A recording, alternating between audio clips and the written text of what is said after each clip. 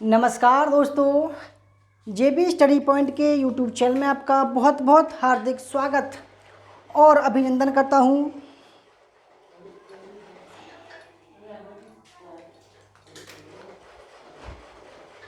तो friends, NTA UGC net history का ये प्रैक्टिस सेट 245 है।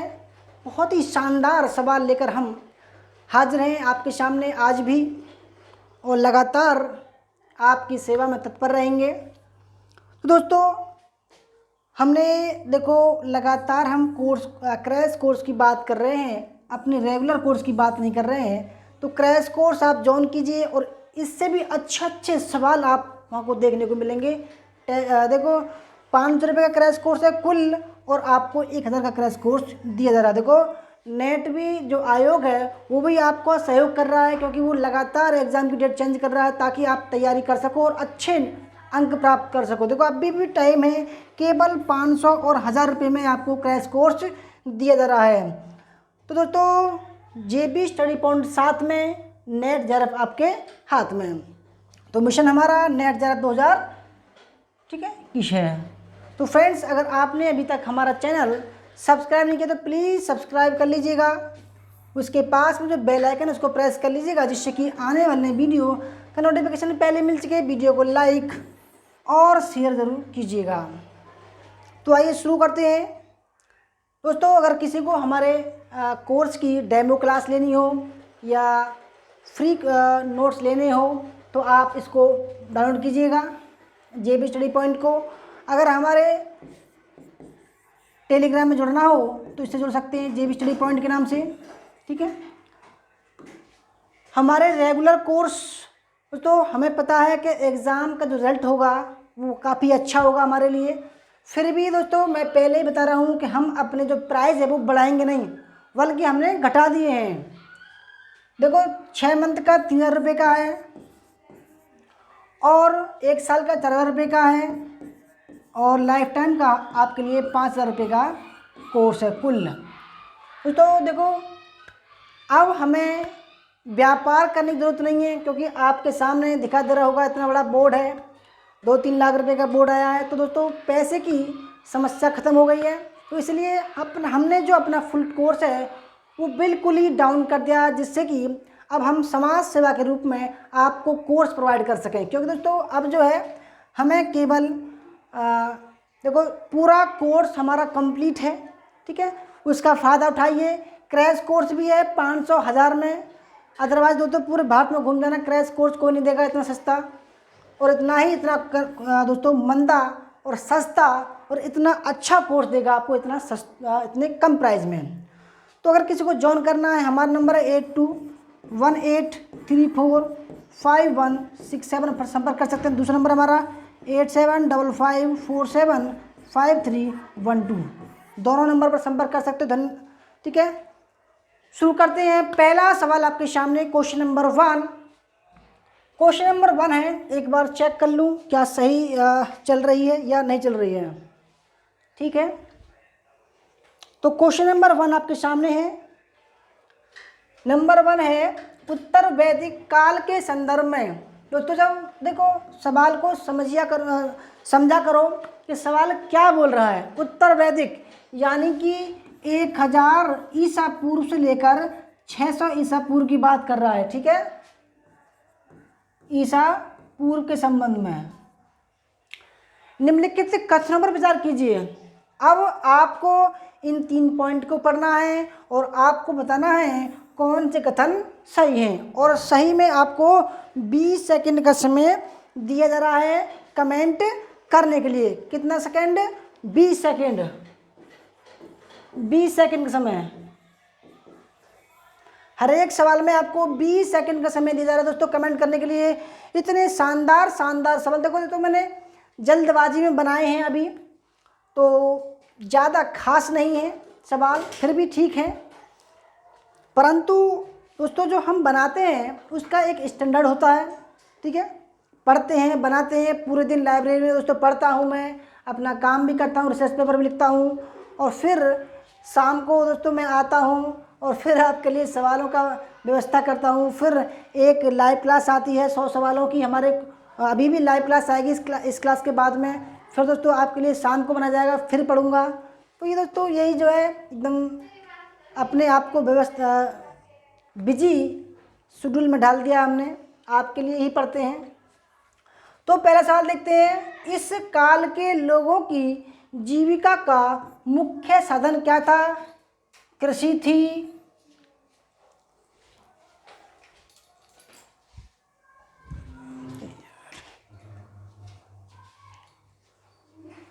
बिल्कुल ठीक है दोस्तों, ठीक है, क्या थी? कृषि थी।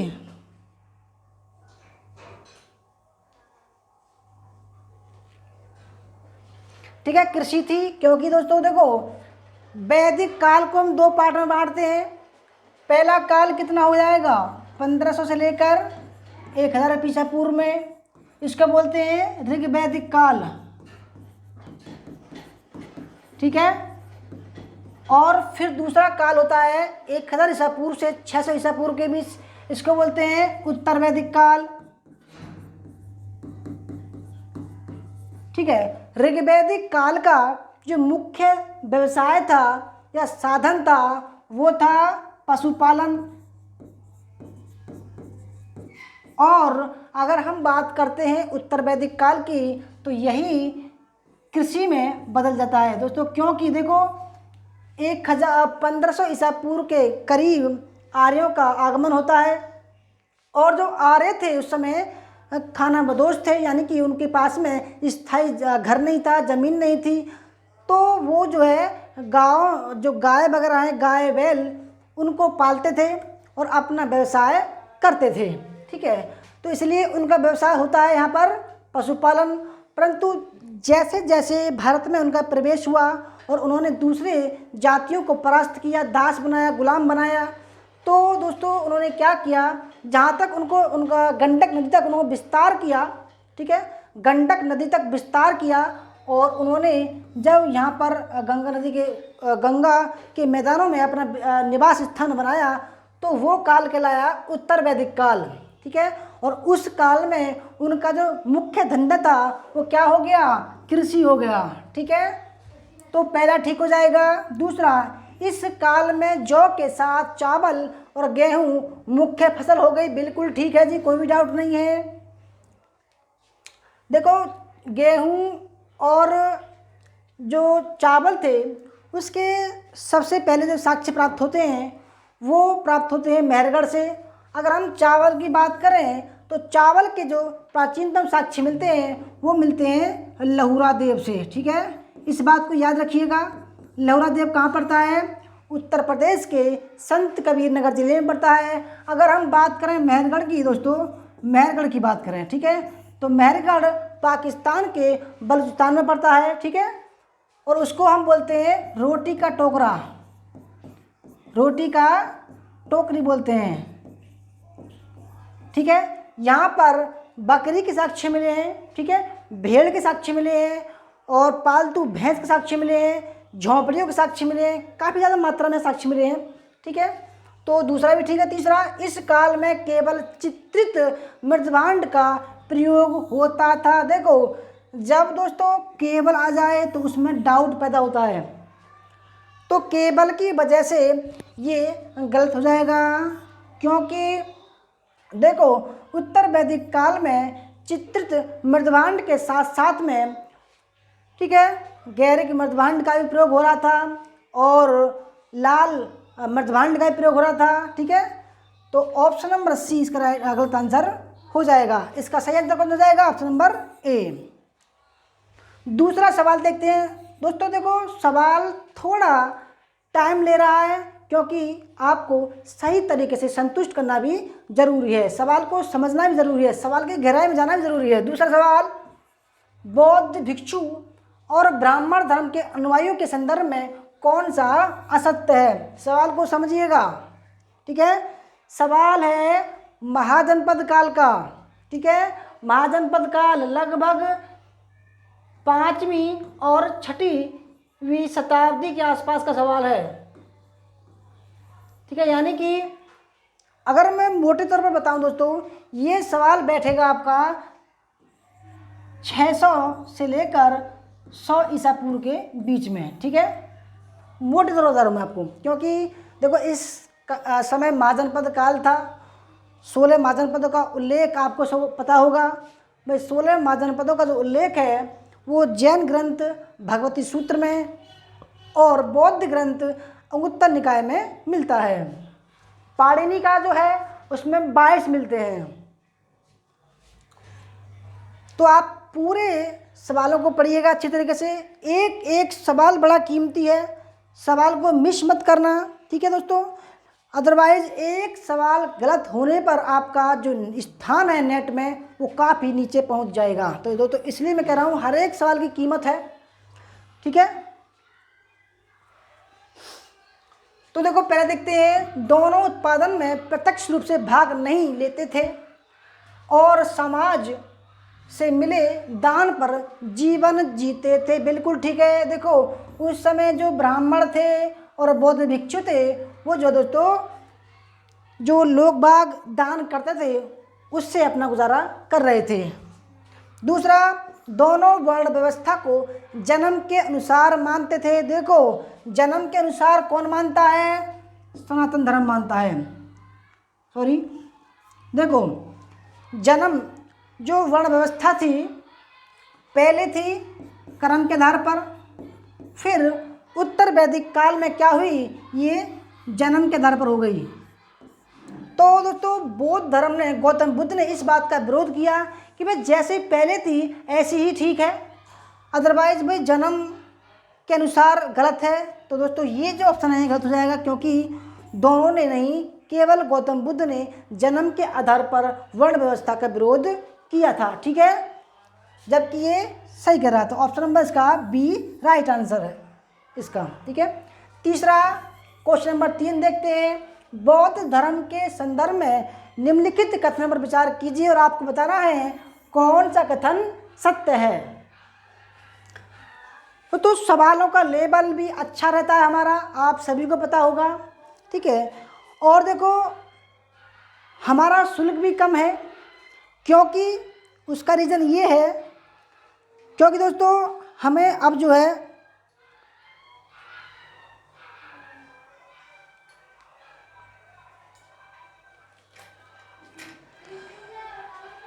दोस्तों अब जो है हमारा कोर्स पूरा हो चुका है, ठीक है। और जो नया बैच बनेगा जल्दी ही नया बैच बनाने वाले हैं। बिल्कुल जो प्राइस है बिल्कुल डाउन कर दिया है। अदरवाइज दोस्तों देख लेना 10,000, 15,000, 20,000 और मेरठ में दोस्तों 40,000 का कोर्स है और पेपर वन का 12,000 का कोर्स है। तो कितना हुआ? 52,000 रुपये हुआ। और उसी कोर्स को दोस्तों हम कराते हैं 3,000 रुपये में। कितना बड़ा अंतर है। और देखो रिजल्ट भी हमारा बेटर होगा। इस बार देख लेना दोस्तों 10 से 20 के करीब जीआरएफ होंगे और 20 से ज़्यादा नेट पास होने वाले हैं, क्योंकि दोस्तों मेहनत हमने इतनी ज़्यादा कराई है जिसका कोई जवाब नहीं।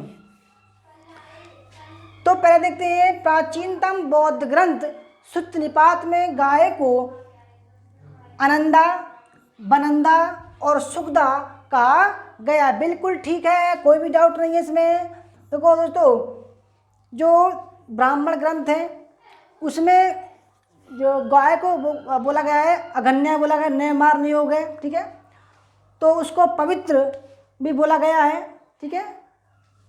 तो और जो बौद्ध ग्रंथ सुत्त निपात उसमें आनंदा बोला गया है, बनंदा बोला गया है और सुखदा बोला, सुख देने वाली बोला गया है। तो ऑप्शन नंबर इसका ए राइट आंसर है, ठीक है।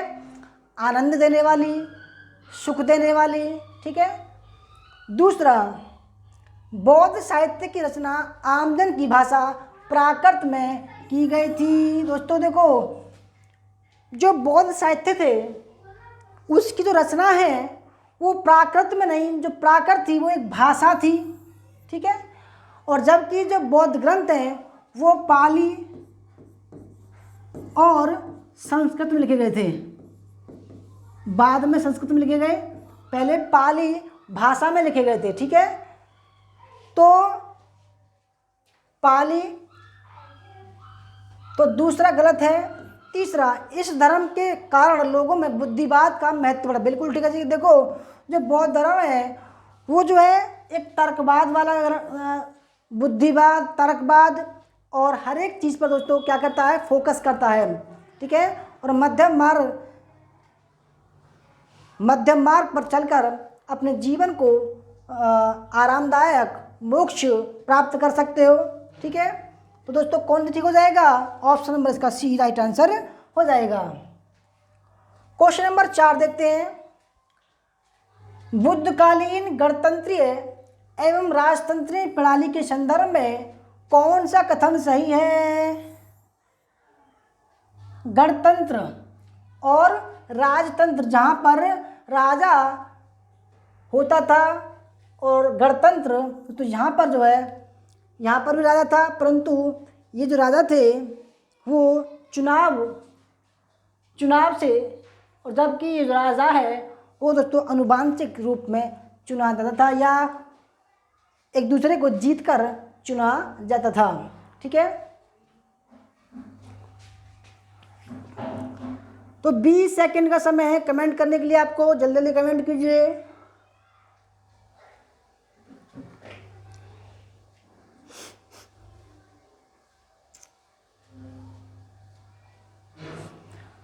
पहले देखते हैं, गणतंत्रों में प्रजा से राजस्व पाने का हकदार प्रत्येक गण का था, जबकि राजतंत्रों में एकमात्र राजा इसका हकदार था। बिल्कुल ठीक है। देखो जो राजतंत्र थे उसमें कौन था, राजा था। ठीक है।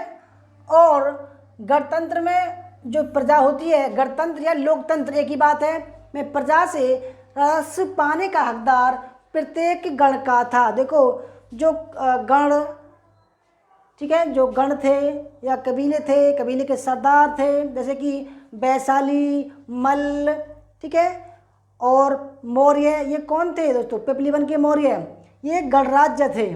ठीक है। और मगध एक राजतंत्र था। ठीक है। तो पहला ठीक है, कोई भी डाउट नहीं इसमें। दूसरा, ब्राह्मणों ने अपने धर्मशास्त्र में आरंभिक गणराज्यों को कोई मान्यता प्रदान नहीं की थी। बिल्कुल ठीक है। देखो जो ऋग्वेद है दोस्तों उसमें गणराज्यों का उल्लेख या प्राप्त नहीं होता, क्योंकि सबसे पहले जो गणराज्य और राजतंत्र हैं उनका उल्लेख जो है कहाँ मिलता है, अंगुत्तर निकाय और भगवत सूत्र मिलता है। ठीक है। गणराज्य या महाजनपद काल एक ही बात है, महाजनपद। तो तीसरा, गणतंत्रों के विपरीत राजतंत्रों का संचालन अल्पतांत्रिक सभाएं चलाती थी। गलत है। तो जो राजतंत्र था उसमें राजा जो है, राजा या राजन सब जो है संचालन करता था। तो कौन सा ठीक है, ऑप्शन नंबर बी यानी कि 1 और 2 सही है, तीसरा गलत है। क्वेश्चन नंबर 5 देखते हैं। मौर्य काल की वास्तुकला के संदर्भ में कौन से कथन असत्य हैं। मौर्य कला की वास्तुकला में, ठीक है, और 20 सेकंड का समय है कमेंट करने के लिए आपको। सारे ही सवाल बेस्ट लेवल के हैं, नेट के मतलब के हैं दोस्तों। अगर आपको अच्छा लग रहा हो तो हमारा प्रैक्टिस सेट तो ज़रूर क्रैश कोर्स ज्वाइन कीजिएगा। समय है, अभी भी एग्ज़ाम की डेट निश्चित नहीं हुई है।